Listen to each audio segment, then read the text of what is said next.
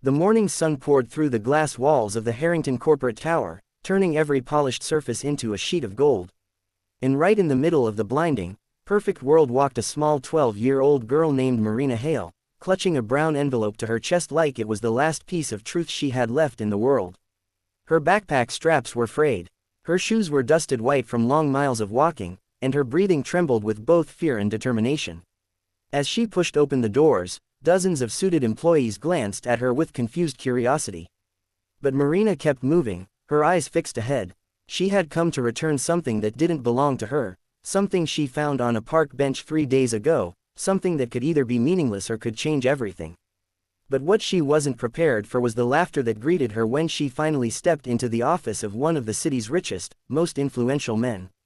If you believe kindness still matters and that everyone deserves a second chance, please like, comment, share, and subscribe to Kindness Corner. Your support helps us spread real stories of hope. Marina had never been inside a place like this. The floor smelled faintly of lemon polish. The air hummed with printers and keyboards, and everyone here looked important, busy, untouchable.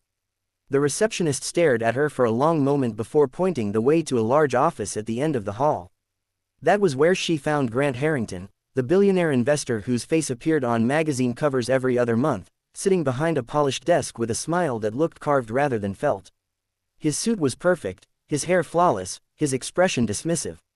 Marina swallowed her fear and stepped forward, extending the envelope with both hands. It wasn't heavy, but it felt like it weighed her entire world. Inside it was a stack of documents, papers filled with plans, financial details, and personal notes she didn't understand. She only knew one thing. The men whose name was stamped across them deserved to have them back. But Grant Harrington didn't even look at the envelope first.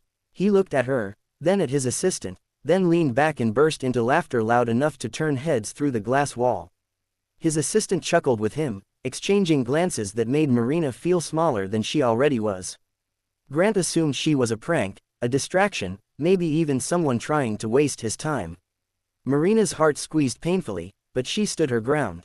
She explained where she found the envelope on an old wooden bench near the Riverside Gardens, how she kept it safe, and how she used her limited school computer access to track down the company address. But every word she said only seemed to amuse him more. Grant waved his hand dismissively as if the whole situation was nothing more than a child's silly game. And in that moment, Marina wished she had never stepped into this cold, gleaming building at all. What Grant didn't know was that Marina's life hadn't been kind. She lived with her grandmother in a tiny apartment where the electricity sometimes flickered and meals were more hope than habit. She used the same backpack for 4 years. She studied by a cracked window that let in winter air. But she still believed in honesty. She believed lost things should be returned even when the world didn't seem to care. The walk to the tower had taken her over an hour, her feet aching by the time she arrived. But she had come anyway because something inside her, something her grandmother always called the voice of good, told her it mattered. As Grant continued laughing, Marina lowered her head, suddenly unsure. Maybe she had misunderstood everything. Maybe the envelope wasn't important. Maybe returning it didn't matter. Maybe the world really didn't care about small acts of goodness. But then the office door opened and a frail older man stepped inside, leaning heavily on a wooden cane.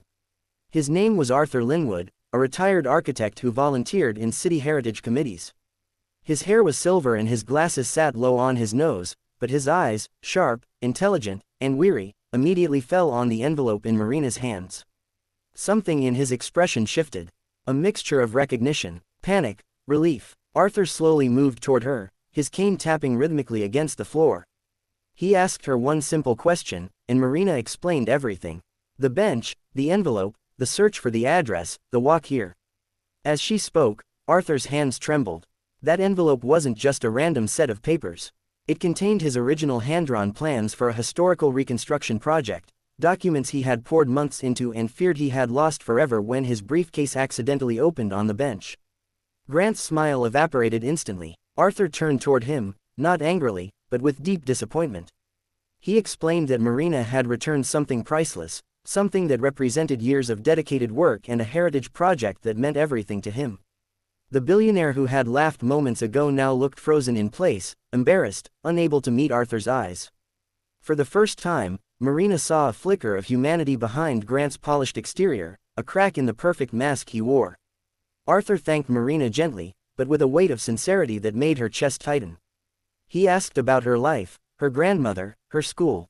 And as Marina answered quietly, Grant finally understood just how strong, how brave this young girl actually was.